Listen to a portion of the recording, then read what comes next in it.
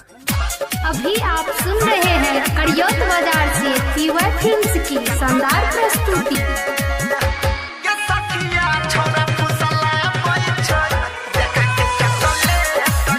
Mix by DJ प्रवीण कड़ियोत बाजार। जाई रहिए कॉलेज पढ़े भेलै हमारा भेट गे।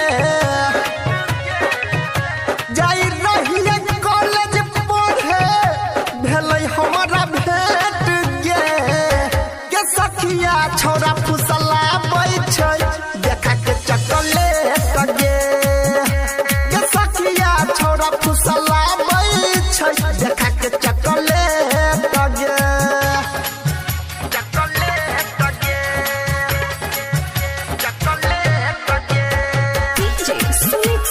अभी आप सुन रहे हैं जनवरी से माँ दुर्गा म्यूजिक की प्रस्तुति।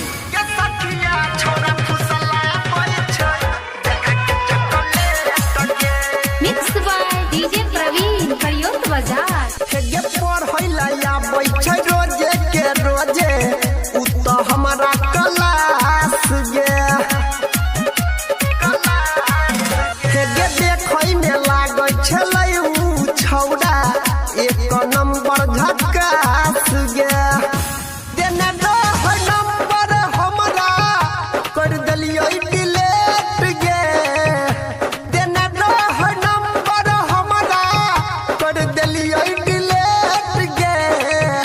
के सखिया छोरा फुसला बैठे देखा के चॉकलेट गे। के सखिया छोरा फुसला बैठे देखा के चॉकलेट गे। अभी आप सुन रहे हैं कड़ियोत बाजार से पीवा फिल्म्स की शानदार प्रस्तुति।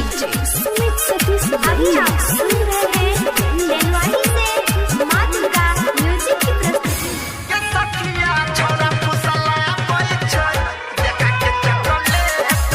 मिक्स बाय डीजे प्रवीण कड़ियोत बाजार। हेगे नाम तो छै ओकर सुनै गे सखी गायक यादव यानी लगे। हेगे कहै छै तोहर खर्चा उठैबौ भरबौ पूरा बिल गे।